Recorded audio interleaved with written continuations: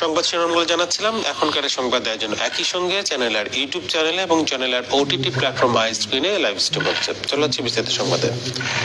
টানা কয়েকদিন চলমান অস্থিরতার প্রেক্ষাপটে সারা দেশে কারফিউ জারি করা হয়েছে। বেসামরিক প্রশাসনকে সহায়তা করতে নেওয়া হয়েছে সেনা মোতায়েনের সিদ্ধান্ত। গত রাত 12টা থেকে শুরু হওয়া কারফিউ চলবে আজ বেলা 12টা পর্যন্ত। পরে 2 ঘন্টা শিথিল রেখে আবার দুপুর 2টা থেকে রোববার সকাল 10টা পর্যন্ত কারফিউ দেওয়ার সিদ্ধান্ত নেওয়া হয়েছে। রিপোর্ট করছেন পরাগ আজিম। কারফিউ জারির পর মধ্যরাতের রাজধানীর চিত্র। অ্যাম্বুলেন্স ও কিছু জরুরি পণ্যবাহী গাড়ি ছাড়া শুনশান রাজপথ, মাঝে মধ্যে বিজিবির টহল। ভোরে রাস্তায় নামে সেনাবাহিনী।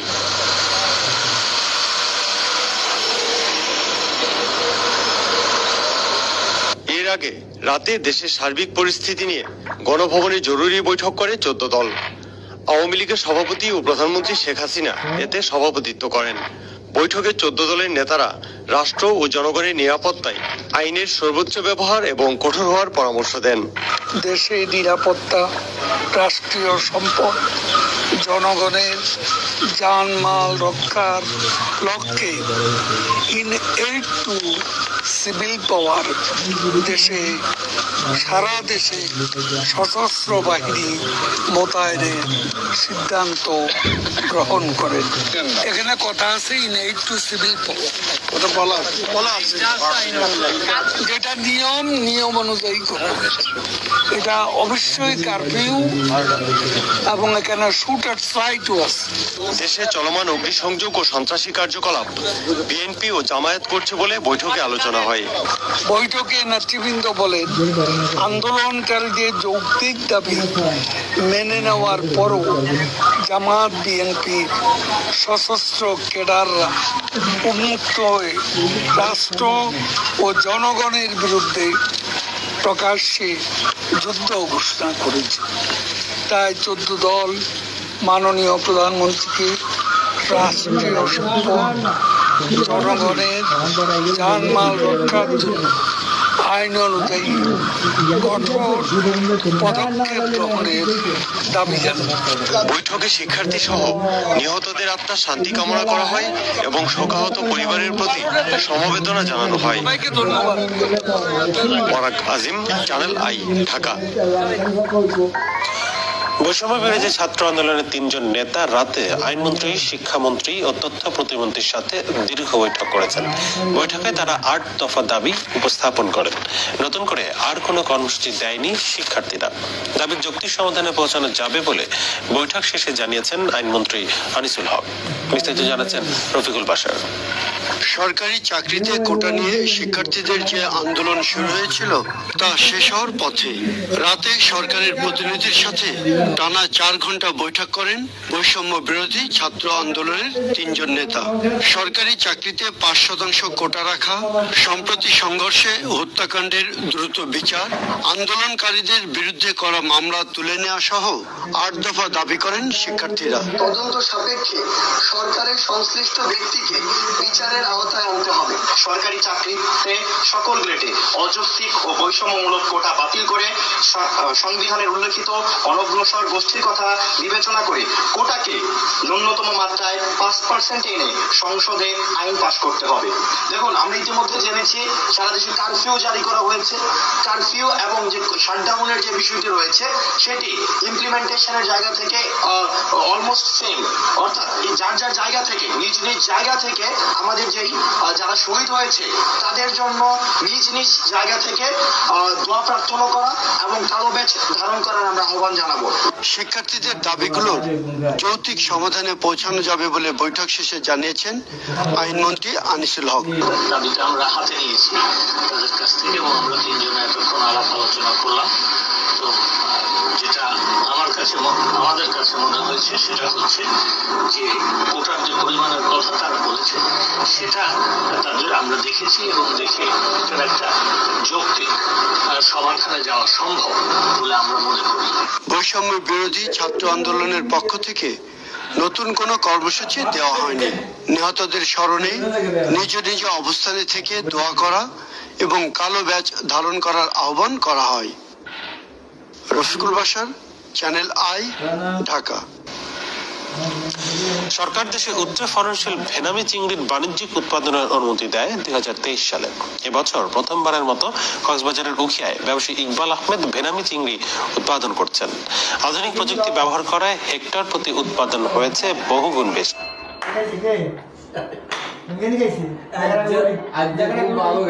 সবকিছু মিলিয়ে যদি বলা যায় যে সেনা মোতায়েনের পরে কিন্তু ঢাকার পরিস্থিতি অনেকটা পাল্টে যেতে শুরু করেছে। আমরা গত রাতে যেটি দেখেছিলাম যে বিভিন্ন পয়েন্টে নাশকতা করা হয়েছে, বিভিন্ন জায়গাতে রাস্তা অবরোধ করে রাখা হয়েছে, রাস্তা ব্যারিকেড দিয়ে রাখা হয়েছে। নাশকতাকারী বা যারা আন্দোলন যুক্ত ছিল, যারা দুর্বৃত্তায়ন করেছে, তারা কিন্তু রাতে না নামলেও রাস্তাঘাটগুলো বন্ধ করে রেখেছিল। সেগুলো এখন সেনা সদস্যরা সচল করছেন। অর্থাৎ তারা যেটি বলছেন যে মানুষের মধ্যে যে আতঙ্ক বা উদ্বেগ কাজ করছে সেটি দূর করবার ক্ষেত্রে তারা সর্বোচ্চ চেষ্টা করে যাবেন। যেহেতু কারফিউ জারি প্রথম ধাপে 12টা পর্যন্ত, সেই কারণে 12টা পর্যন্ত কিন্তু যারা একেবারে সাধারণ মানুষের চলাচল, সাধারণ যান চলাচল কিন্তু অনেকটা সীমিত করা হয়েছে। কারণ এই কারফিউর মধ্যে যে বিষয়টি আছে যে জরুরি প্রয়োজন ছাড়া বিদেশগামী যারা আছেন তারা ছাড়া কিন্তু বের হতে পারবেন না। আরেকটি বিষয়, সেনা সদস্যদের যেটি বলা হয়েছে যে তারা কিন্তু যদি কেউ নাশকতা বা বিশৃঙ্খলা করে তাদেরকে কিন্তু গুলি করারও নির্দেশনা দেওয়া হয়েছে। সবকিছু মিলিয়ে বলা যায় যে কারফিউ জারির যে প্রথম দিন, অর্থাৎ আজকের দিনটা ঠিক কতটা নিয়ন্ত্রণে আসবে সে বিষয়টি নিয়ে আমরা নিয়েই সেনা সদস্যদের তৎপরতা বেশি দেখছি। তারা যেটি বলছে যে দায়িত্ব দেওয়া হয়েছে সরকারের পক্ষ থেকে সেটি তারা যথাযথ পালনের চেষ্টা করবেন। যেহেতু সেনাবাহিনী বিশ্বের বিভিন্ন দেশে শান্তি প্রতিষ্ঠায় কাজ করেছে, বিভিন্ন কাজ করছে এখন পর্যন্ত জাতিসংঘেও, সে কারণে তাদের যে নিয়োগ করা হয়েছে এতে করে মানুষের মধ্যে একটা আশা দেখা যাচ্ছে। সব মিলিয়ে বলা যায় যে আজকের দিনটা অর্থাৎ সেনা মোতায়েনের পরে দেশের পরিস্থিতিটি ঠিক কোন দিকে যায় সেটি কিন্তু সবার মতো সবাই পর্যবেক্ষণ করছে। সরকারের 3 মন্ত্রীর সাথে বৈঠক করেছে বৈষম্য বিরোধী ছাত্র আন্দোলনের প্রতিনিধি দল। গতরাতে রাষ্ট্রীয় অতিথি ভবন পদ্মায় বৈঠকে আইনমন্ত্রী আনিসুল হক, শিক্ষামন্ত্রী মহিবুল হাসান চৌধুরী নওফেল ও তথ্য প্রতিমন্ত্রী মোহাম্মদ আলী আরাফাতের কাছে 8 দফা দাবি পেশ করেন আন্দোলনকারীরা। এই সময় তারা কোটা 5% নামিয়ে এনে জাতীয় সংসদে আইন পাশের দাবি জানান। একই সাথে দাবি জানান আইন শৃঙ্খলা বাহিনী সহ শিক্ষার্থীদের হত্যাকাণ্ডে যারা জড়িত তাদের দ্রুত বিচার নিশ্চিত করার। এছাড়া শিক্ষার্থীদের নামে করা মামলা প্রত্যাহার, বিভিন্ন বিশ্ববিদ্যালয়ের আবাসিক হলগুলো দ্রুত খুলে দেয়া এবং দোষী ভিসি ও প্রক্টরের পদত্যাগের দাবি জানান তারা। বৈঠক শেষে দাবিগুলোকে যৌক্তিক ও এর সমাধান কঠিন নয় বলে মন্তব্য করেন আইনমন্ত্রী আনিসুল হক। তদন্ত সাপেক্ষে আইন শৃঙ্খলা বাহিনী সহ যারা দায়ী ব্যক্তি, যারা আমাদের ভাইদের হত্যা করেছে তাদের বিরুদ্ধে মামলা দায়ের করতে হবে, তাদেরকে গ্রেফতার ও দ্রুত সময়ে বিচার করতে হবে। ছাত্রলীগকে উস্কে দেওয়ার জন্য এবং আইন শৃঙ্খলা বাহিনীকে হামলার নির্দেশনার জন্য তদন্ত সাপেক্ষে সরকারের সংশ্লিষ্ট ব্যক্তিকে বিচারের আওতায় আনতে হবে।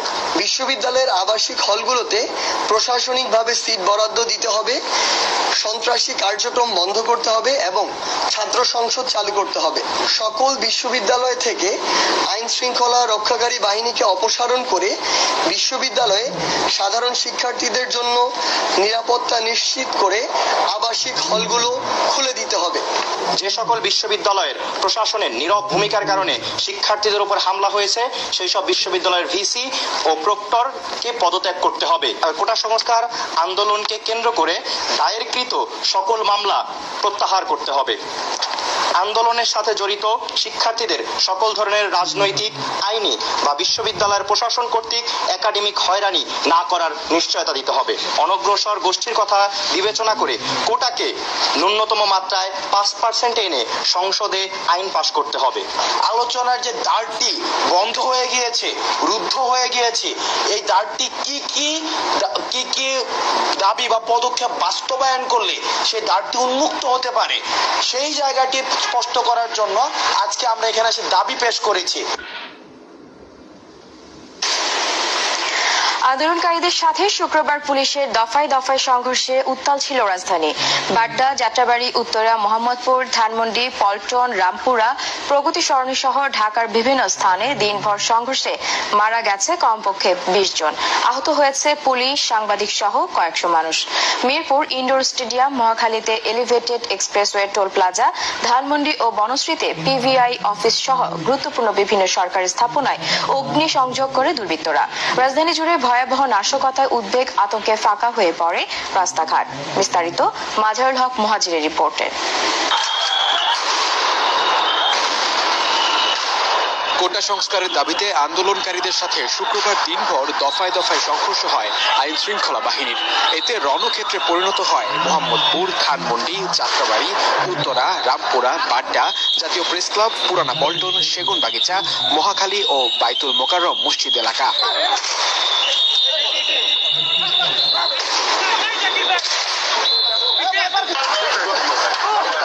জুমার নামাজের আগে ও পরে আন্দোলনকারীদের সঙ্গে কয়েক দফায় পুলিশের সংঘর্ষ বাধে।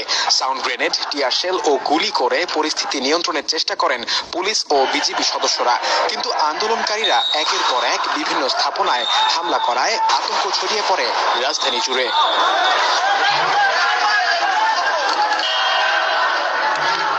শুক্রবার সকালে উত্তরায় সড়ক অবরোধ করে বিক্ষোভ করে কোটা আন্দোলনকারীরা। এ সময় দফায় দফায় পুলিশের সাথে চলে সংঘর্ষ। উত্তরা পূর্ব থানায় ঘেরাও করে অবরোধ করে তারা। রাতে সেখানে দুর্বৃত্তদের হামলায় আহত হন গাজীপুরের সাবেক মেয়র জাহাঙ্গীর আলম। এ সময় নিহত হয় তার সহযোগী জুয়েল। কাউরান বাজারের প্রধান সড়কে বিক্ষোভ মিছিল করে আন্দোলনকারী শিক্ষার্থী ও তাদের অভিভাবকরা। হত্যা হামলার বিচার না হওয়া পর্যন্ত রাজপথে থাকার ঘোষণা দেন তারা। হত্যাগুলোর বিচার হবে, সেখানে থাকবে কোটা নিয়ে কথা হবে কিনা। আমাদের এত ছোট ছোট বাচ্চাকে, আমার ক্লাসমেট, আমার ভাই বোনদের রক্তাক্ত করছে। শুধু মেধা থাকবে, মেধা। কোন দেশে 54%, 56%, 99% মেয়ে কোটা থাকে প্রাইমারিতে। এই ইন্টারনেট, এই সাময়িক কিছুতে আমাদেরকে ইনশাআল্লাহ পেছনে উঠাতে পারবে না। কয়েকটি স্থানে আন্দোলনকারীদের সঙ্গে পুলিশ ও আওয়ামী লীগের সহযোগী সংগঠনের নেতাকর্মীদের মধ্যে ত্রিমুখী সংঘর্ষ হয়। রামপুরা, বাড্ডা, রায়েরবাগ, পল্টন, মোহাম্মদপুর, যাত্রাবাড়ী ও উত্তরায় আন্দোলনকারীদের সাথে পুলিশের সংঘর্ষ হয়।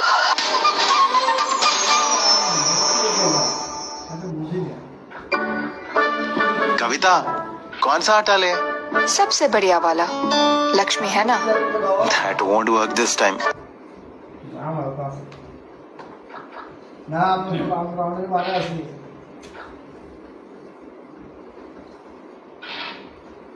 যুদ্ধবিরতিতে শরণার্থী শিবিরেও শুরু হয়েছে গোলাবর্ষণ। নিরাপদ আশ্রয় খুঁজতে শুধু দেশের এক প্রান্ত থেকে অন্য প্রান্তে ছুটে বেড়াচ্ছেন অসহায় ফিলিস্তিনিরা। জাতিসংঘের শরণার্থী শিবিরগুলো আর নিরাপদ নয়। ভয়ে থাকি হয়তো ঘুমের মাঝে